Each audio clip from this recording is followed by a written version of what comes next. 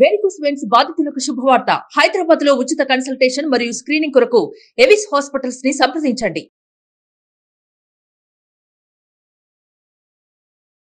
Hello అండి, welcome to health talks. నేను Gitanjali. Best informative వీడియోతో మీ ముందుకు వచ్చాను. చాలా మంది లివర్ పట్ల ఎంతో కేర్లెస్ గా ఉంటున్నారు.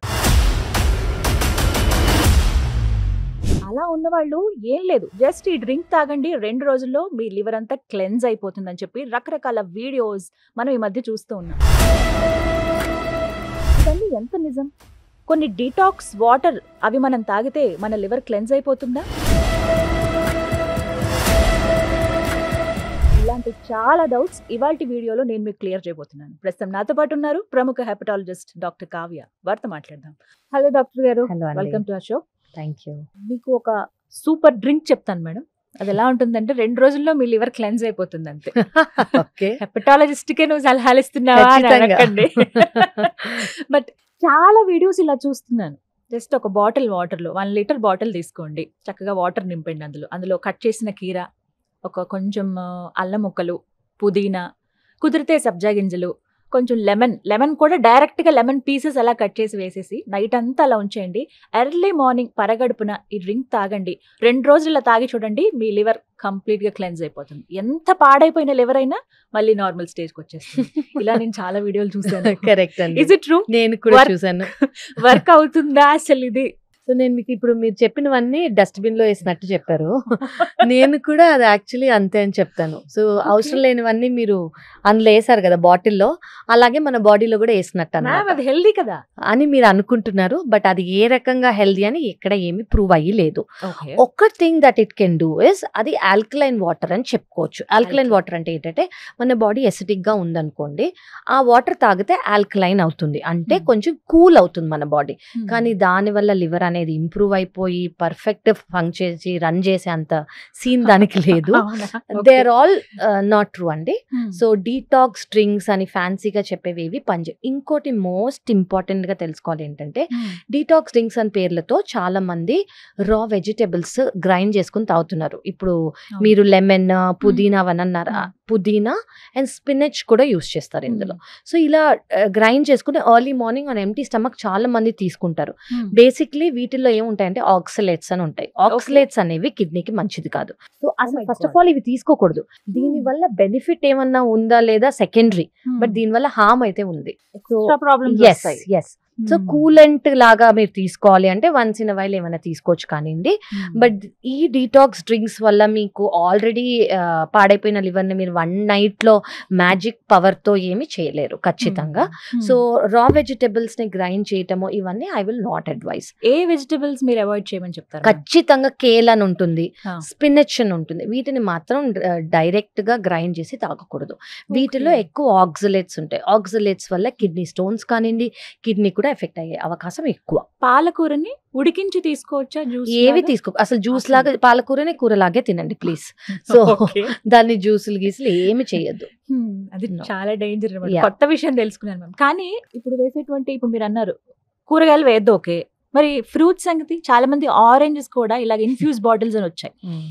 అంటే ఆ ఫ్లేవర్ అంతా ఆ నీటికి వచ్చేస్తుంది, ఓన్లీ ఆ వాటర్ తాగుతుంది. అదే ఫ్లేవర్ కోసం అంటే తాగొచ్చండి. దాని వల్ల బెనిఫిట్స్ ఏమన్నా ఉన్నాయా అంటే బెనిఫిట్స్ అంటూ లేవు. చియా సీడ్స్ అవన్నీ అంటే వీటి మనం అడిటివ్ గా వేయొచ్చు. అంటే మనం మీరు ఏమైనా కుక్ చేసుకుంటున్నారు అనుకోండి, సబ్జా గింజలు అన్నారు కదా, వాటిలో ఒక అడిషన్ గా వేసుకోవచ్చు. అది మాత్రమే మనం వాటర్లో వేసి తీస్తే బేసిక్లీ దానివల్ల ఏమవుతుందంటే యాంటీ ఆక్సిడెంట్ ప్రాపర్టీ ఉండే అవకాశం ఉంది. దానివల్ల బాడీ అనేది కూల్ అయ్యే అవకాశం ఉంది.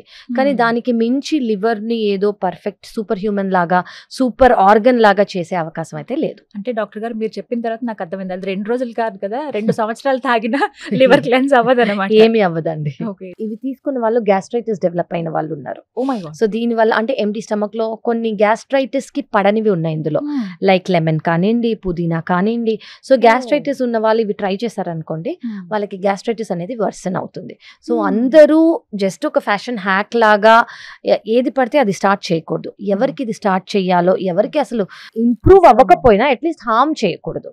సో ఇవి are they beneficial for the liver అంటే నో అండి, దే ఆర్ నాట్. సో ఏవి చేయకూడదు చెప్పారు, బట్ ఏం చేయాలో కూడా చెప్పండి లివర్ హెల్దీగా ఉండాలంటే. లివర్ హెల్దీగా అంటే ట్రై టు అంటే మీరు డీప్ ఫ్రైడ్ ఫుడ్స్ కానివ్వండి, ప్రాసెస్డ్ ఫుడ్స్ కానివ్వండి, ప్యాకేజ్డ్ ఫుడ్స్ కానివ్వండి, కోల్డ్ బెవరేజెస్, కూల్ డ్రింక్స్ అని అంటాం కదా, అండ్ ఆల్కహాల్ అవాయిడ్ చేయటం better, including red meat.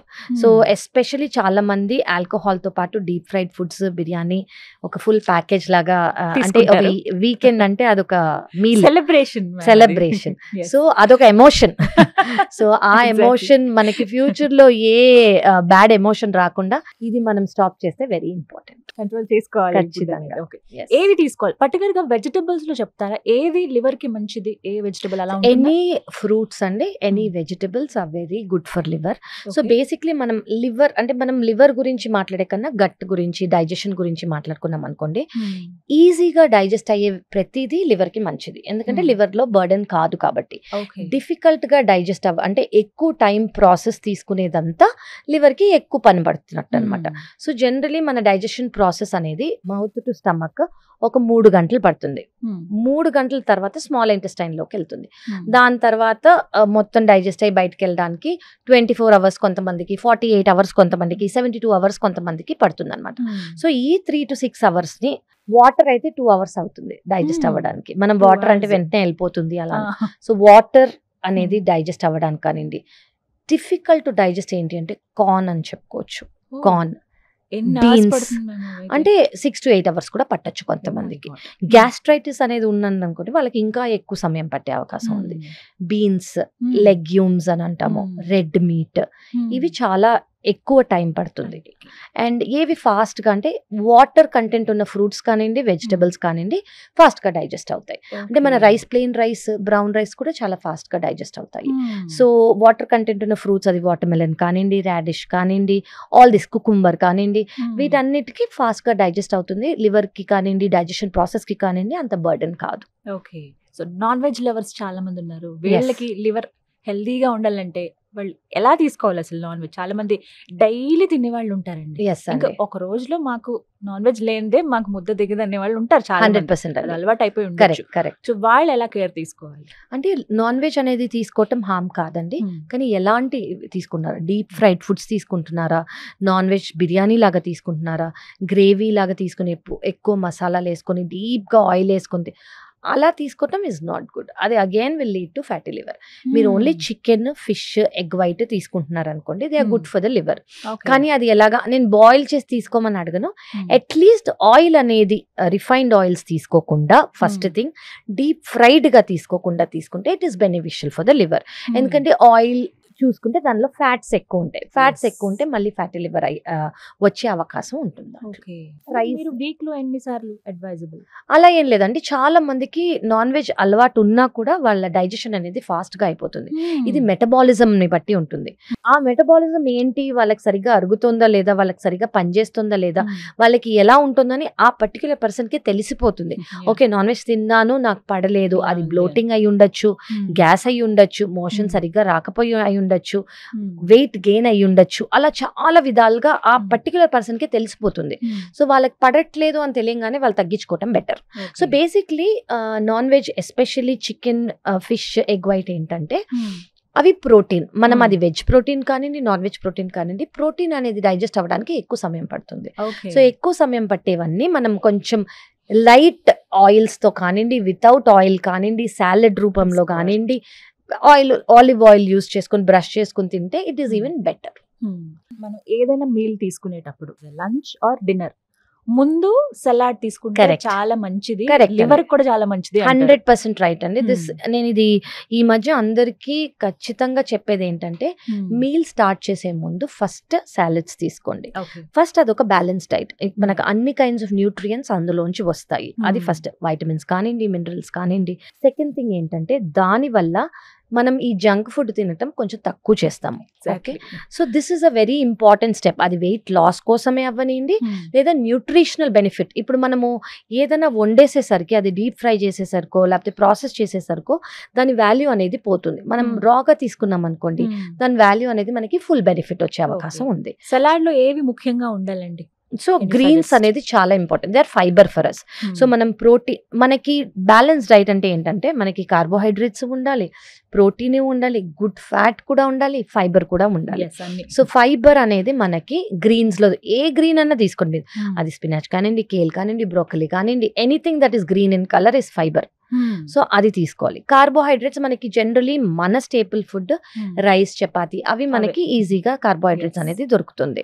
Fats అనేది గుడ్ ఫ్యాట్ మీరు తీసుకుందాం అనుకుంటే కోకోనట్ ఆయిల్ కానివ్వండి, ప్యూర్ దేశీ గీ కానివ్వండి, అది యూస్ చేసుకుంటే మంచిది than refined oils. And protein vegetarian అయితే రాజ్మా, చెన్నా, దాల్, పన్నీర్, సోయా వీటిల్లో మంచి ప్రోటీన్ ఉంది. నాన్ వెజిటేరియన్స్ అయితే lean meat, chicken, fish, egg white తీసుకోవచ్చు. సో చాలా ఆప్షన్స్ ఇచ్చారు మీరు. వీక్ లో ఈ 7 days ని క్యాలిక్యులేట్ చేసుకుంటే ఒక్కొక్క వెరైటీ అలా ట్రై చేయొచ్చు, ఒక రోజు ట్రై చేయొచ్చు. అండ్ ఫిక్స్ ఇట్, అలా ఫిక్స్ చేసుకున్నాం అనుకోండి, బ్యాలెన్స్ డైట్ తీసుకుంటే మనకి న్యూట్రిషన్స్ అనేది ఇందులోనే దొరుకుతుంది.